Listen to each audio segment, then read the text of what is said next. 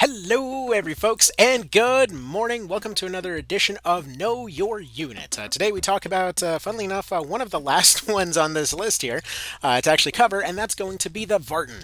Essentially, a class that entirely encapsulates doing more with less. And my phone goes off at exactly the wrong time. Oh well. Anyway, let's go ahead and continue on here. So this is a unit that, based on skill list, you'd think would be fairly simple, but this is one of those ones that I find really fun because a lot of their skill is basically kind of translate to something that you wouldn't expect. So let's go ahead and go over it here. Alright, so weapon axes, they've got access to fists, daggers, axes, hammers, cudgels, bows, and crossbows. They get access to light bows, although this time this also means that they get access to elemental short bows. And also they get access to the full complement of crossbows, which means that they get all of the options of the wonderful heavy crossbows in the late game. Anyway, they get access to constitution, insight, resist, petrify, resist, charm, fate pact for making friends with fairies. In fact, for most of the game, this is going to be your only way to get fairies. And then you get Huaphongo Winds, which will inflict stagger and Averse. You will never use this ever, just forget that it exists. And then we have El Colas, which will give you True Strike and Air Touched, which is an interesting combination, because this is going to basically give you the air buff without the air shield, but it's also a fantastic way to have him lead a squad of ranged units. That 25% bonus doesn't matter very much for melee units in most situations. It usually won't be enough to make the difference between a kill or not, but for ranged units that have broken defense, it is very often the difference between getting a one-shot or not on something, because they have that big jump in terms of their damage and all that. Which means it pairs exceptionally with something like, the Dragonslayer set that I never shut up about, because it makes the big numbers go fun. Anyway, so this is essentially just an extra tick that's added to the very end of your thing here. Now, as far as their other abilities go, a lot of their equipment, a lot of their loadouts make Canopus function fascinatingly like his sister used to back in the PSP version, making him something of an artificer here, meaning that in many cases his main skill list is low in order to make more use out of everything else about his build. See, his kind of bread and butter, his main thing that he's showing off, right, is the fact that he's got some of the highest movement in the game, which means he's basically the premier scavenger of the game, where he's going to essentially be able to fly and pick up those cards right from the very get-go. He's got access to pretty much whatever cards he likes, because in many cases they'll end up, like somebody will fire off an AoE and it'll blow up a bush, or it'll blow open a box or something, and it'll spawn whatever cards kind of wherever. Like, let's say you're going through Balmamusa and some of them spawn in some random awkward hallway or on top of a rooftop or something. For everybody else, they're not really an option. For him, he doesn't want to be in direct combat very much, and hey, that's right off over there. So it tends to lead to many situations where he gets his pick of cards to do whatever the hell he wants. Which means that while he does get access to his basic kind of missile spells over the course of all of these over here, these are all well and nice, they'll do the job well enough. Something like an Aquablast 4 plus a crit plus one magic card can be devastating even on a non-dedicated caster. And considering that he's a zoomy guy that's going to be collecting this stuff pretty darn well, yeah, that's going to work out pretty decently. Actually, a fun little trivia note here is that despite the fact that he's got some of the highest movement cost in the game, he's also got incredibly low recovery time, so it kind of balances out. He's one of the few that can actually fully kind of accept zooming around the map like a crazy person. Anyway, so what I mean about those spell slot options is that while he himself only gets access to missiles, if he wants to dedicate to other types of spells, he has access to all of them.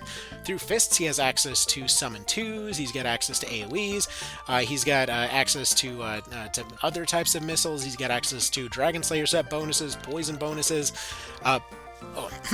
throat doing funny stuff again. On daggers, we've got more AoEs, more poisons, more potential combo options through all of the above here. Through his axes here, he's got pure disappointment for the most part, if we're being completely honest. Nobody's going to really want to go for Misstep, but hey, it's there if you want to go fight in the rain.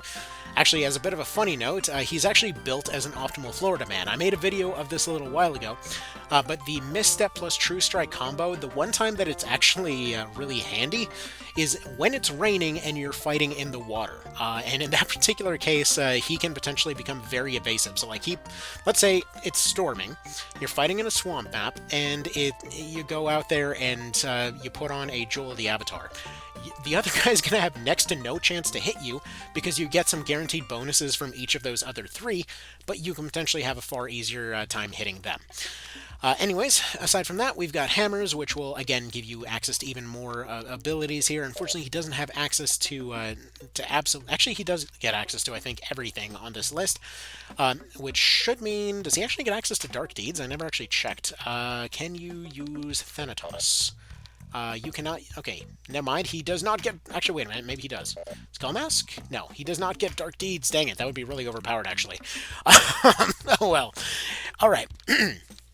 So either way, lots of different free spell access on all of them type of weapons. If you want to just have him be a flying snipey guy, Damask Mace for that +4 range. He's got his high-end missiles, pick up some crits, pick up some MP, like 1 crit, 1 MP regen, 2 magic ups. You're looking at like 500-600s at long range, pretty consistently on a guy that can park himself anywhere and equips heavy armor at the same time. So potentially handy stuff there. Again, if you want to do like dagger, whatever else, plus elemental shortbow, you have all of those right here. You've got plenty of long range on those. He comes with a lot of dexterity when you get him that will carry you through the entire game and into the post game. It's a pretty large bonus he comes with. So you'll typically see pretty solid bonuses when he's abusing those defense breaks and what have you. Again, high movement, so he can park himself wherever. You get those crits, you get those fizz ups, and you're going to see essentially far better performance out of this guy than the Ranger. Crossbows, again, as mentioned before, absolutely beautiful bonuses. You can get some disgusting numbers off this, and again, you have combinations like this one. This one just works out nicely.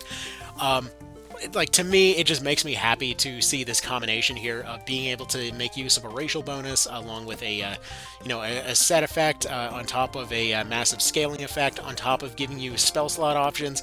Like, that's the kind of unusual build that gives me the warm and fuzzies, Anyway, so that's kind of about that. He is the scavenger. He scavenges cards to abuse mechanics that are lesser used on a lot of different pieces of equipment by means of his movement. Yeah, just rolls right off the tongue, doesn't it? Anyway, that's about that.